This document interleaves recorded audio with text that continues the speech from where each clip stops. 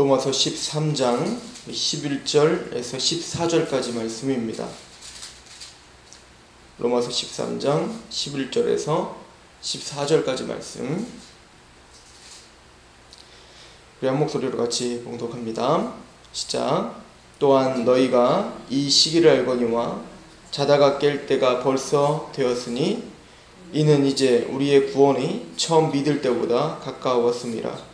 밤이 깊고 낮이 가까웠으니 그러므로 우리가 어둠의 일을 벗고 빛의 갑옷을 입자. 낮에와 같이 단정히 행하고 방탕하거나 술 취하지 말며 음란하거나 호색하지 말며 다투거나 시기하지 말고 오직 주 예수 그리스도 옷 입고 정욕을 위하여 육신의 일을 도모하지 말라. 아멘.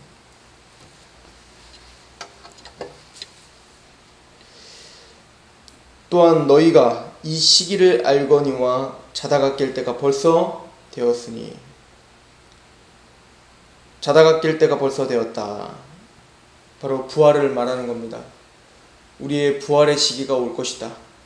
가까이 왔다. 바로 눈앞에 왔다. 이것이 사도들의 믿음이었습니다. 사도들뿐만 아니라 초대교인들의 믿음이었어요. 그리고는 2000년이 지났죠. 그러나 오늘 우리에게도 동일한 메시지는 바로 주님이 우리 눈앞에 왔다. 그렇게 오늘 하루를 살아가는 것이 바로 우리의 믿음입니다. 여기 보면 이렇게 써있죠. 이 시기를 알거니와. 재림의 시기를 안다는 걸까요? 뭘까요? 사도들은 재림의 시기를 알고 있었다라고 하는 의미로 쓰고 있는 겁니다. 마가복음 13장 33절에 보면 재림의 시기는 아무도 모른다고 했어요. 하나님밖에 모른다고 했습니다. 예수님이 인자도 모른다 이렇게까지 이야기할 정도라면 그 어떤 누구도 재림의 시기는 모르는 겁니다. 도적과 같이 오리라. 이 말은 바로 언제 올지 모른다는 거예요. 도적이 나 언제 온다 이렇게 통보하고 오지 않는 것처럼 예수님께서 이 땅에 재림하실 때는 불시에 갑자기 오신다는 겁니다. 그러나 또 사도 바울은 우리가 이 시기를 알거니와 라고 이야기하고 있습니다. 피부로 와닿는 재림의 징조들이 있다는 거예요. 사도 바울은. 그 첫 번째는 바로 예수님께서 땅끝까지 이르러 복음이 전파되면 내가 그때야 끝이 오리라 라고 말씀하셨던 말씀이 있습니다. 사도 바울은 또 마지막 때가 언제 올 거냐면 육적 이스라엘이 회복되는 걸 보면 그때가 끝이라고 생각을 했어요. 예를 들어서 우리 로마서에 있는 말씀을 찾아보면 우리 11장 12절 우리가 이미 앞에서 상고해 본 것처럼 11장 12절에 보면 이렇게 말을 합니다. 그들이 넘어짐이 세상의 풍성함이 되며 그들의 실패가 이방인의 풍성함이 되거든 하물며 그들의 충만함이래. 육적 이스라엘 백성들이 넘어진 것이 우리 이방인들에게 충만하게 됐다. 이게 무슨 얘기입니까? 25절을 보시면 형제들아 너희가 스스로 지혜 있다 하면서 이 신비를 너희가 모르기를 내가 원하지 아니하노니 이 신비는 이방인의 충만한 수가 들어오기까지 이스라엘의 더러는 우둔하게 된 것이라. 즉 육적 이스라엘 백성들이 강팍해짐으로 핍박하고 그걸로 말미암아 어떻게 됐어요? 이스라엘 백성들 특히 하나님의 구원받은 교회는 흩어지기 시작했습니다.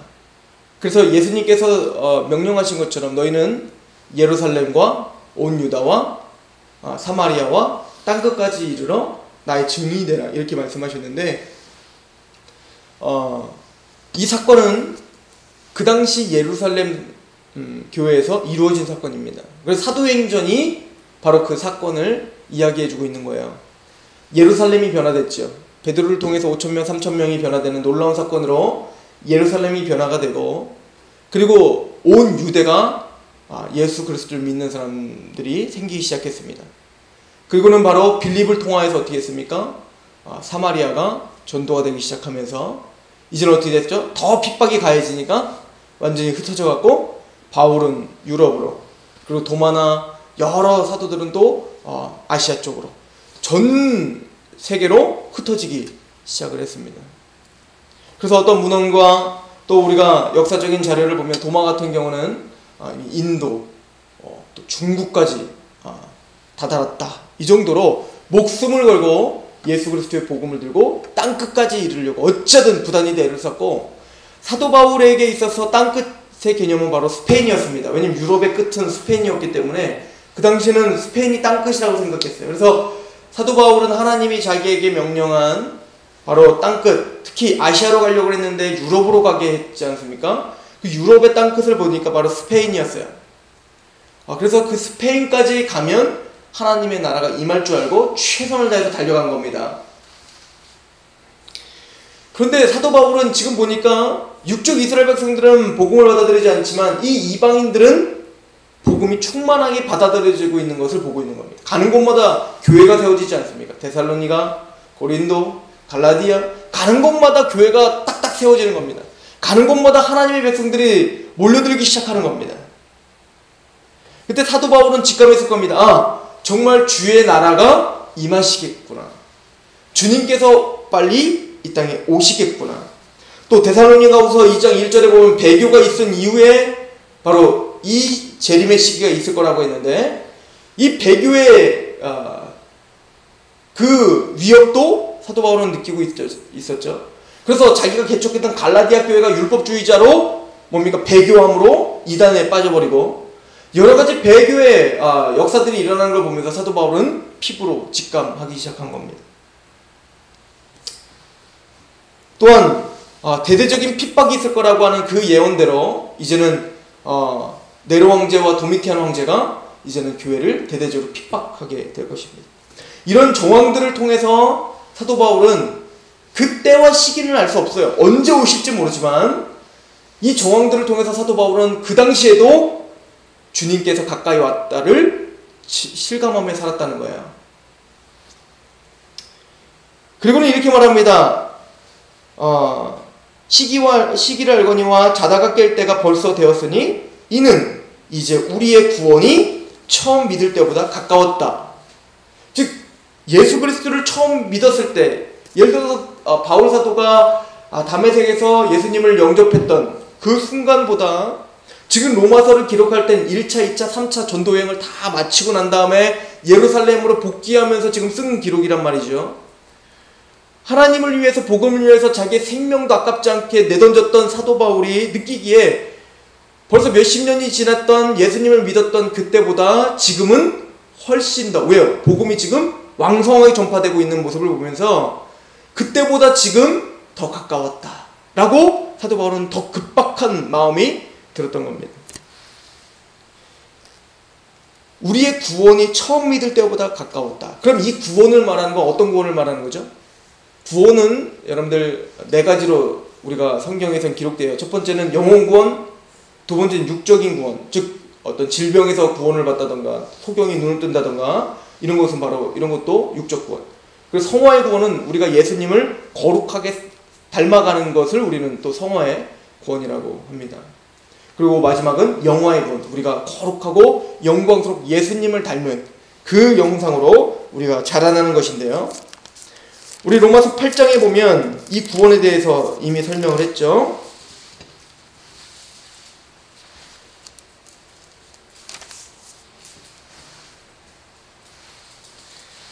자, 로마서 8장에 29절부터 보면 하나님이 미리 아신 자들을 또한 그 아들의 형상을 본받게 하기 위해 미리 정하십니다. 그리고 이는 그로 많은 형제들 중에 맏아들이 되게 하려 하시기 위함인데요. 30절에 또 미리 정하신 그들을 또한 부르십니다. 여기서부터 우리가 느껴집니다. 이 세상에서 우리가 감지할 수 있는 건 여기부터예요. 즉 복음을 듣고 교회로 나오기 시작하고 복음에 대해서 듣기 시작하는 거예요. 이게 부르심이에요. 그리고 부르신 그들을 또한 어떻게 하셨습니까? 의롭다 하십니다. 이걸 우리는 영혼 구원이라고 합니다. 그리고는 뭐라고 합니까? 의롭다 하신 그들을 또한 어디까지 이끄실 거예요? 영화롭게까지 하실 것이다. 즉 이 영화롭게까지 하신다는 게 바로 영화 구원이에요. 자, 이 영화 구원은 뭡니까? 바로 29절 다시 보면 하나님 미리 하신 자들을 또한 그 아들의 형상을 본받게, 즉 아들의 형상을 온전히 이룬 상태, 즉 우리가 예수님처럼 되는 상태예요. 그 상태가 처음 우리가 믿음이 생길 때보다 더 어떻게 됐다는 거예요? 가까이 왔다는 겁니다. 즉 예수님이 재림할 때가 가까이 왔어요. 왜? 재림하시면 우리는 영화의 구원을 받게 됩니다. 예수님을 온전히 닮은 그 형상으로 우리가 부활하기 때문에 그렇습니다. 그렇다면 오늘날은 어떻죠? 오늘날은 사도 바울이 긴박한 재림을 소망한 것처럼 오늘날 성도들도 이 재림을 긴박한 것으로 느끼고 사셔야 됩니다. 복음은 더더욱 왕성하게 전파되었고요. 이제는 정말 땅끝까지 이르러 정말 전파된 것처럼 보이는 시기가 왔어요. 또한 배교하는 일은 초대교회 때보다 훨씬 더 많아졌고 더더욱 심해지고 있습니다. 적그리스도들과 거짓 그리스도들이 거짓 선지자들이 왕성하게 지금 활동하고 있습니다. 또한 여러가지 자연 환경들과 자연 만물들의 신음소리는 더더욱 커지고 있어요. 이런 모든 것을 비추어 볼 때 우리는 이 시기를 알거니와 라고 했던 사도 바울의 그 고백이 뭔지 알아요? 우리도 이 시기를 압니다. 100년 만에 처음 온 가뭄, 지금이 그렇대요. 우리나라에 100년 만에 처음 온 가뭄. 이 100년 만에 처음 왔다는 것은 100년 전에도 이런 가뭄이 있었다는 얘기가 아니라 우리가 이런 것을 측량할 수 있는 시기로 처음 이런 가뭄이 온 거예요. 서울의 가로수도 다 말라 죽고 있답니다. 10일이 고비래요. 10일 동안 만약 비가 안 내리면 서울의 가로수는 다 아사가 된다고 합니다. 지금 정부도 좀 난리가 났습니다. 어떻게 해야 될지, 왜 이런 원인이 일어나는지. 성경은 죄 때문이다라고 이야기하고 있고 주님의 시기는 가까웠습니다. 물론 그런 현상을 통해서 확신하는 건 아니에요. 복음이 전파되고 육적 이스라엘 백성들도 이제는 복음을 받아들일 준비가 됐고 또 여러 군데에서 세계적인 복음화가 지금 이루어지고 있는 걸 통해서 우리는 그런 현상이 있든 없든 우리는 오늘이 마지막인 것처럼 살아야 돼요. 오늘 주님이 오실 것처럼 살아야 돼요. 12절을 보십시오. 밤이 깊고 낮이 가까웠으니 그러므로 우리가 어두움의 일을 벗고 빛의 갑옷을 입자. 밤이 깊고 낮이 가까웠으니 여러분들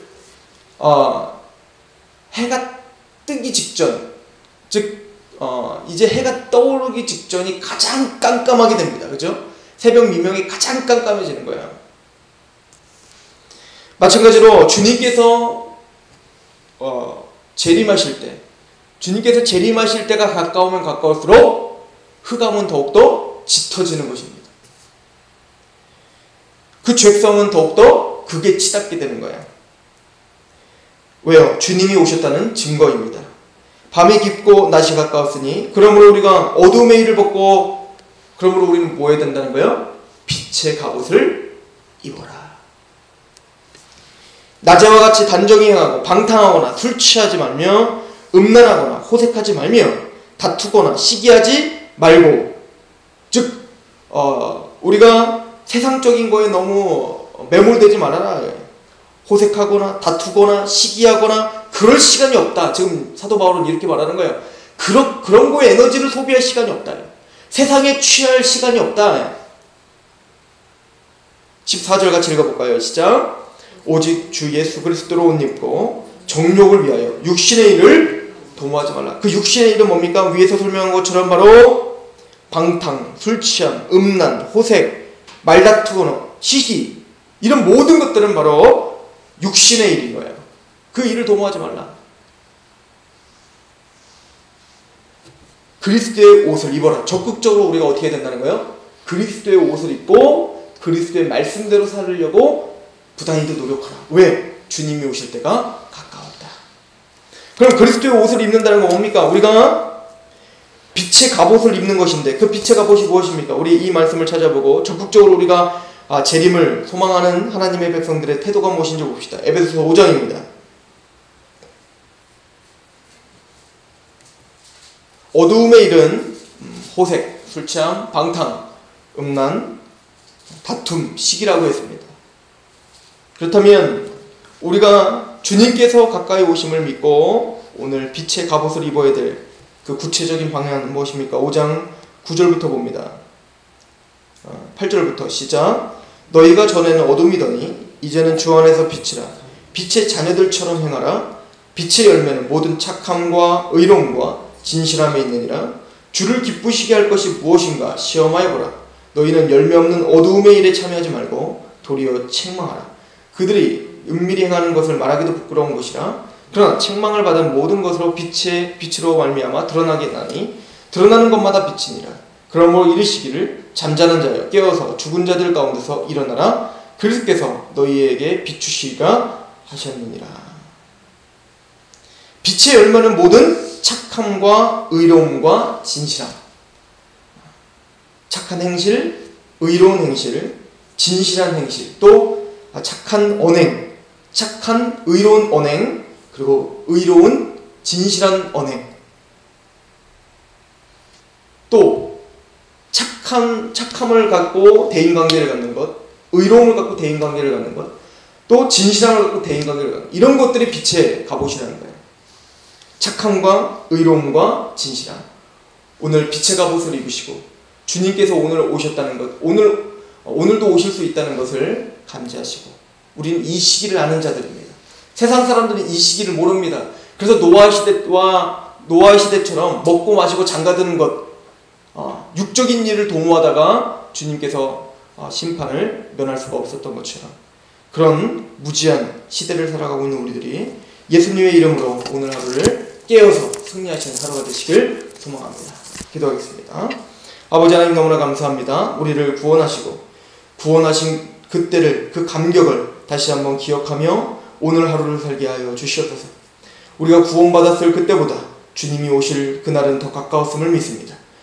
어제보다 오늘이, 1년 전보다 오늘이 더욱 주님이 오실 때가 가까워졌음을 믿습니다. 아버지여, 주님이시여 속히 오셔서 공의를 베푸시고 그 예수 그리스도를 믿는 하나님의 백성들이 옳담을 다시 인정받는 그 시기가 어서 속히 오게 하여 주시옵소서. 또 하나님이여, 이것을 믿고 다급한 마음으로 복음을 전하게 하시고 다급한 마음으로 사랑하는 사람들을 위해서 기도하게 하시며 다급한 마음으로 우리의 삶을 다시 개혁하는 그런 놀라운 시간이 될 수 있도록 인도하여 주옵소서. 우리의 기도의 제목을 받아주시고 이 기도가 응답받을 수 있도록 주여 도와주옵소서. 예수 그리스도의 이름으로 감사하며 기도하옵나이다.